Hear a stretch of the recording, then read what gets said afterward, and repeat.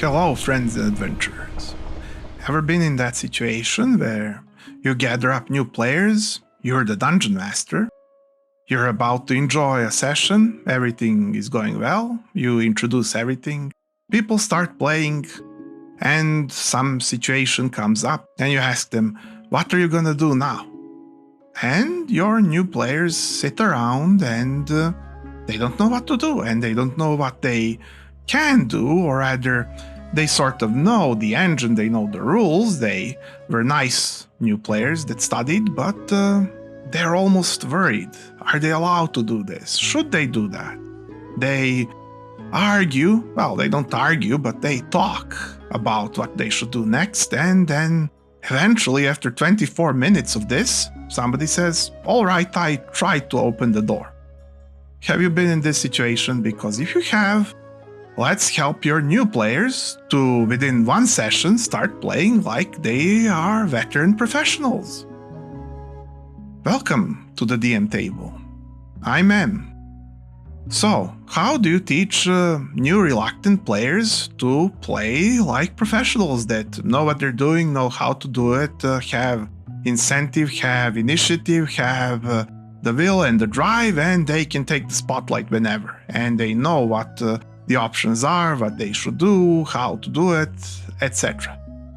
Well, just present them the options sometimes. Give them more ground to work with. It's simple to say it, but if you know the technique, it's simple to do it too. So, presenting the outcomes or presenting the options is done in the following manner. You say the door doesn't look locked, and from your knowledge as a rogue, you don't think it's trapped. It seems like a regular door, and there doesn't seem to be a problem in trying to open it. You can do that, but usually even overemphasizing normal things makes players think that there's something unusual and huge with them. So you can even reinforce that everything seems normal to you, and these are just regular doors. You don't feel worried, and you don't feel like there should be anything wrong with proceeding further. It's important to put it from the character's viewpoint without violating the player freedom. You do usually not want to describe how a character feels from their own will, but you frequently, on the other hand, want to describe how a character feels from circumstances. And in this case, mundaneness is a circumstance, so you should describe how mundane something feels, how logical something looks, how matter-of-fact something is. Instead of needing to go and do the old, you open the door and enter the room, and then players get scared that you're railroading them to enter the room and get ambushed, when this might or might not happen. Rather, tell them that they perceive how everything is accurate and they are convinced from their own experience. Furthermore, do not abuse this. Pretty much you do not abuse this ever. You realistically DM how people feel and what they perceive. The only way where you would get them for this sort of thing is later on when they make some failed perception rolls or something like that, and they sort of earn their wrong premonitions and feelings. But until then, and always in between, you keep this extremely accurate, and sometimes even when they're near the truth, even due to failed rolls, sometimes you can make it a little bit different in form of your speech, so that they can slightly get the hint at the difference, perhaps. But if you are not feeling confident in this and think you'll be discovered, then just keep to the baseline and make sure everything fits, everything is consistent. Don't essentially ever change the rules that you set yourself unless you have to, and try to make good rules.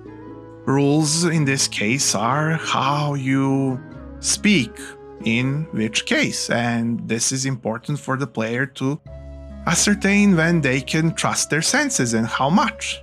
And this is important for conveying mundanity. or mundanity. So keep it well polished and used. But this is far from all. You would be able to frame it descriptively within their own achievements, abilities, class capabilities, and so on, where you give players the outcomes that they suspect, that they believe in, that they should know, rather their characters should know, believe in, and suspect. So you can say, from your experience as a druid, you ascertain that this is what would happen days later with the environment in such a case. Or your experience as a ranger gives you the foresight to know that this is how much food and water would be needed to achieve such an action.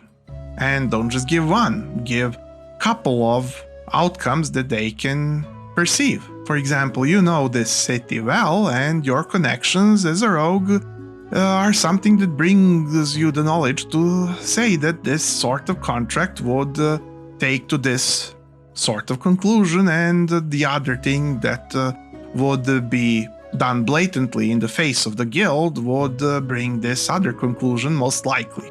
This is what you suspect from your streetwise lore that you have known working here. It should sound as if they're thinking within their own heads. What is this? What is that? What will happen to us in this route? What will happen to us in that route? And give them realistic capabilities and possibilities of their characters so that they can make conclusions. But you might wonder, is this railroading, or is this taking away agency from the player, or is this playing instead of the player? No, because it's not your goal for them to do what you just said.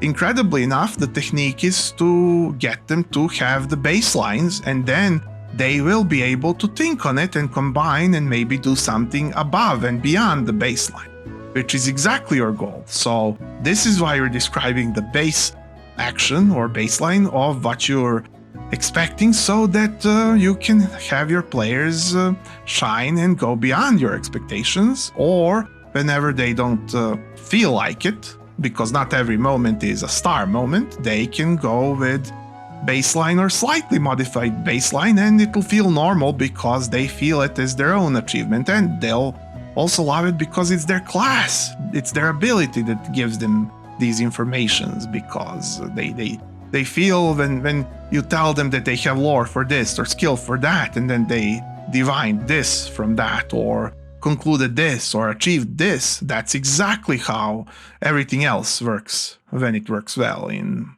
D&D and similar systems. And so you will be giving them that, and then when they feel particularly ready, brilliant, and starting to get the hang of it, they'll be combining their own combinations, which will create much more interesting outcomes than the obvious logical baseline that you're seeing.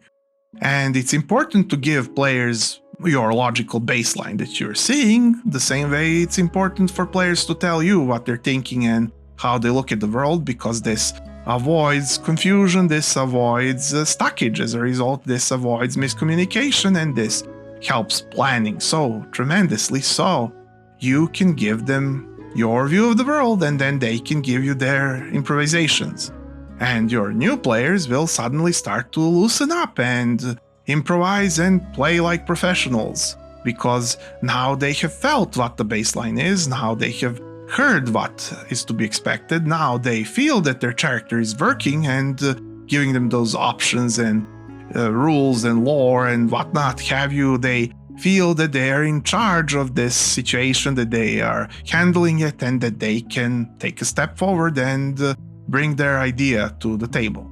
And so as they loosen up and do this, even if they're at the beginning accepting all your routes that you sort of present as if they were skill rolls and stuff, which they might be at times, at one point they will start indeed loosening up enough that they'll start asking questions, that they'll start forming plans, that they'll start thinking, what do I want to do next? What do I want to scan next with my superior player character abilities that you have just so vividly, expertly described? And they will get good. And this will happen within 1 or 2 sessions, I am pretty sure, unless you have extremely shy players or extremely uncooperative players. But shyness can be solved in just a bit more sessions and more encouragement, and hard work and guts, well, but now on cooperativeness, that's another story altogether, but that's not about not being good player, that's about not being a nice player, which is a completely different thing altogether.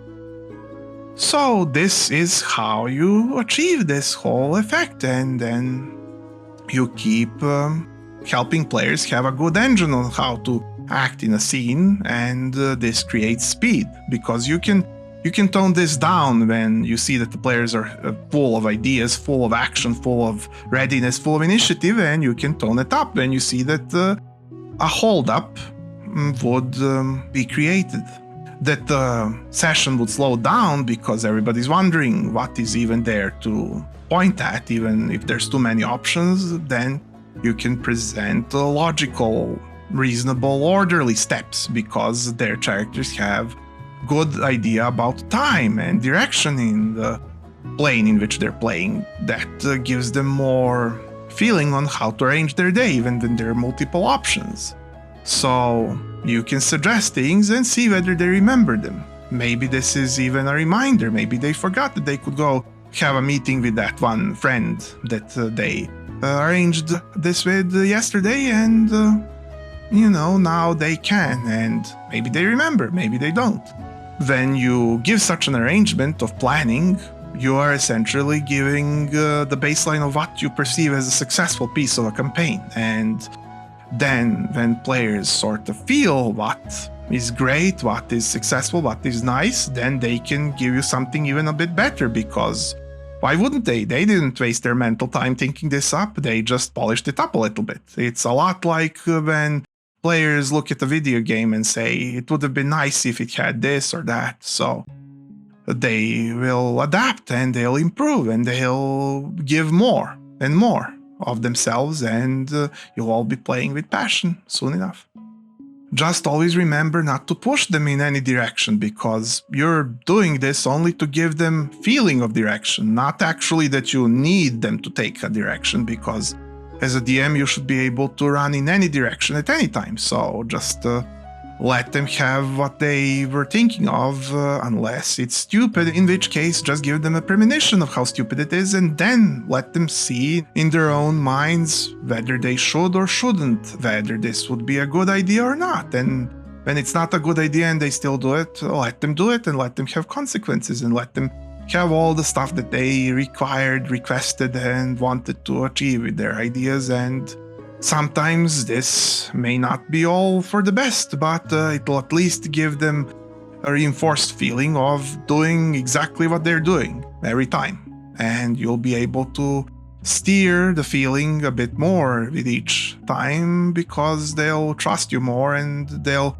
feel that what you say is indeed what they feel in the world, and that things will happen as you say they will happen, and that things will work out the way they believe they will work out, that their characters' feelings and premonitions are accurate. So that's how they'll act. Best thing for anything to be consistent is to install consistency from the beginning in it. So adventurer, if you thought this was unique, maybe you can spare me a click and I could see you here perhaps next or even every week. I wish you luck on your adventures and to see you again soon. Please write to me in the comments if you have anything that you would like me to see, and for me to write back, because I would love to. See you next time. Bye.